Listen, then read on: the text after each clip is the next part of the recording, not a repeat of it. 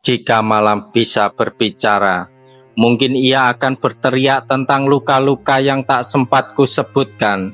Jika dinding bisa menangis, barangkali ia sudah basah oleh air mata yang kutahan agar dunia tak tahu. Pernahkah kau mencintai seseorang sepenuh jiwa, lalu melihatnya pergi, pelan tapi pasti, menuju pelukan yang lain? Itulah aku, Arfan, lelaki yang mencintai terlalu dalam, tapi dilupakan terlalu cepat. Dia bukan hilang, dia hanya berpindah hati.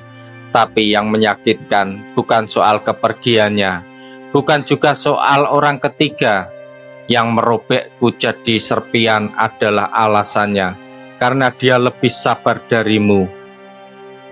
Dan dari kalimat itu, aku tahu, bukan cinta yang pergi, tapi semua hal yang dulu kupercaya tentang cinta, bahwa kesetiaan cukup untuk membuat seseorang tetap tinggal, ternyata tidak. Naila datang ke hidupku seperti hujan pertama setelah musim kemarau yang tak tahu malu. Ia hadir bukan dengan petir atau badai, tapi dengan senyum sederhana, yang entah bagaimana membuat dadaku penuh. Aku menyukainya, karena ia tak pernah memaksa dunia untuk mengerti, namun diam-diam ia telah menata ulang dunianya di sampingku. Hari-hari kami penuh tawa, seperti anak-anak kecil yang belum mengenal luka. Di matanya aku melihat rumah yang tak dibangun dari bata dan semen, tapi dari kata-kata sederhana, kamu cukup bersamanya. Ku berhenti mencari, karena ku rasa aku telah sampai. Kami berbagi tawa, kopi pahit yang kami nikmati dengan gula, dari cerita-cerita semalam, serta harapan-harapan kecil yang kami tanam tanpa tahu apakah akan tumbuh. Naila tidak pernah sempurna, dan aku pun tidak, tapi kami saling isi, saling rangkul.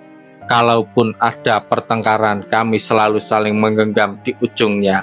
Aku pikir itu cinta yang nyata, bukan karena bebas dari luka, tapi karena luka itu dirawat bersama.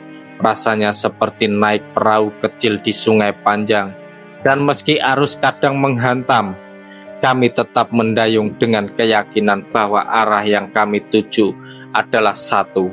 Namun seperti hujan yang datang tanpa aba-aba, perubahan pun perlahan menghampiri. Naila mulai jarang menatap mataku, suaranya mulai jauh meski tubuhnya dekat. Aku mulai merasa menjadi penonton dalam kisah yang dulu kami perankan bersama. Aku pikir mungkin ia sedang lelah. Aku beri ruang, aku beri waktu, tapi ruang yang kuberi perlahan berubah jadi jarak.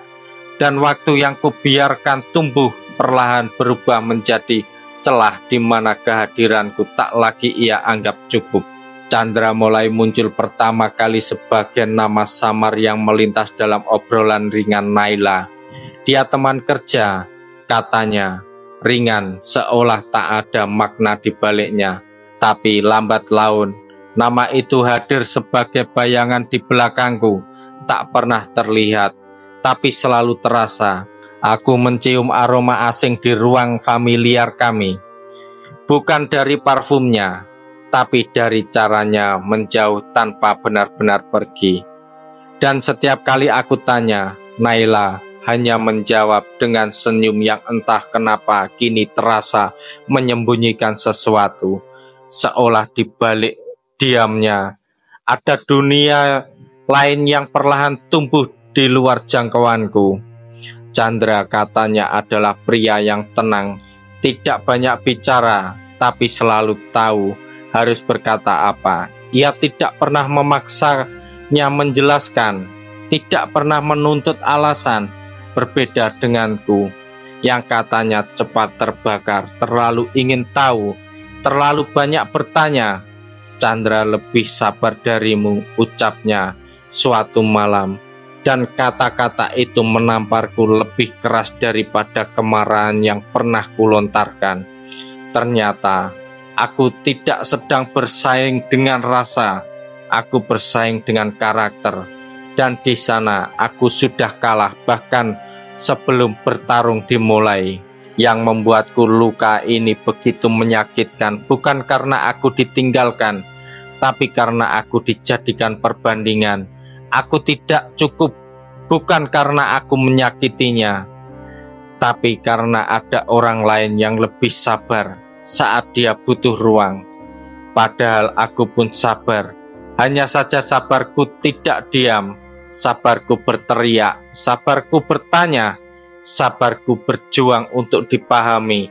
Tapi Naila tak ingin sabar yang melawan, ia ingin sabar yang membiarkan, dan itulah yang tak bisa ku beri. Hari itu datang tanpa aba-aba, tanpa angin, tanpa petir, hanya sunyi yang menggantung seperti kabut pagi yang dingin dan tak tahu arah.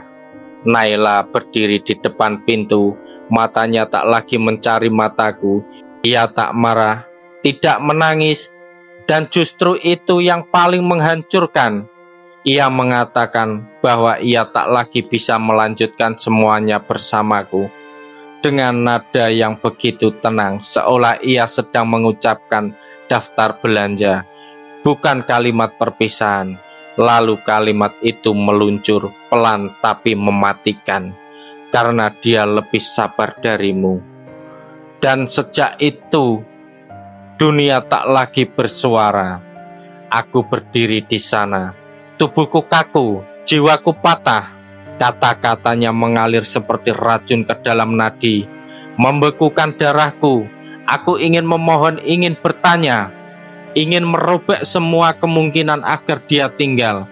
Tapi mulutku keluh, karena dalam hatiku, aku tahu orang yang sudah memilih orang lain tidak bisa ditarik kembali dengan cinta yang kita punya. Air mata tak punya kuasa terhadap hati yang sudah berpindah rumah.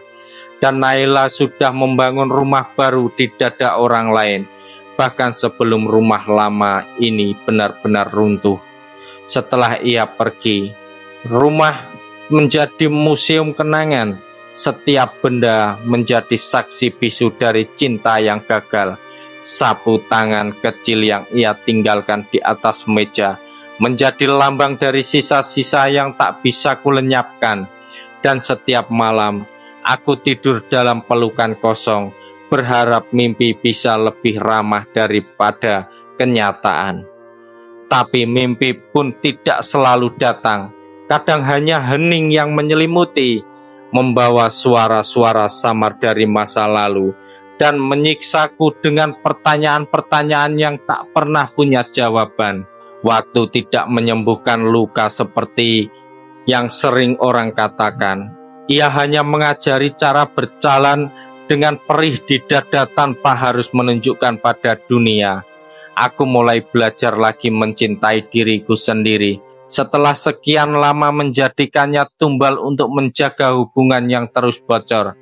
Aku kembali membaca buku, kembali menulis, kembali menata ulang hidupku satu persatu, seperti menyusun puzzle yang pernah dilempar ke lantai oleh seseorang yang tak menghargai betapa susahnya untuk merangkainya dulu. Aku mulai paham bahwa kehilangan tidak selalu buruk. Kadang ia adalah pintu keluar dari cinta yang tak lagi sehat. Kini aku tak lagi mencari-cari siapa yang salah, siapa yang benar. Aku berhenti menyalahkan Naila, juga berhenti menyalahkan diriku sendiri, karena cinta bukan soal siapa yang paling benar, tapi siapa yang lebih mampu bertahan. Dan jika ia memilih pergi karena seseorang lebih sabar, maka aku harap ia bahagia. Tapi aku pun berhak untuk bahagia, dengan atau tanpa cinta yang membuatku mempertanyakan harga diriku sendiri. Aku tidak harus menjadi lelaki yang selalu tenang, jika tenang itu berarti membungkam rasa demi menyenangkan orang lain. Aku tahu luka ini akan terus berada, tapi ia tidak akan lagi mengendalikan langkahku, karena kini aku tak lagi membangun cinta dari takut kehilangan. Aku membangun hidup dari keberanian untuk dihargai. Dan jika suatu hari seseorang datang, bukan untuk membandingkanku dengan siapapun, tapi untuk melihatku bagaimana adanya, maka aku akan tahu inilah cinta yang sebenarnya, yang tinggal bukan karena aku sempurna, tapi karena aku nyata. Pesan moral dari cerita ini, kesabaran memang indah, tapi cinta sejati tidak selalu lahir dari ketenangan. Kadang cinta tumbuh dari keberanian untuk tetap bersama, meski hati saling bertabrakan. Jangan pernah menyalahkan dirimu hanya karena tidak menjadi versi tenang dari cinta orang lain. Karena cinta yang benar tidak membandingkan, ia menerima. Jangan lupa kalau suka video ini kasih like, komen, dan share ke teman-teman kalian. Dan pastinya subscribe untuk konten-konten cerita seru berikutnya.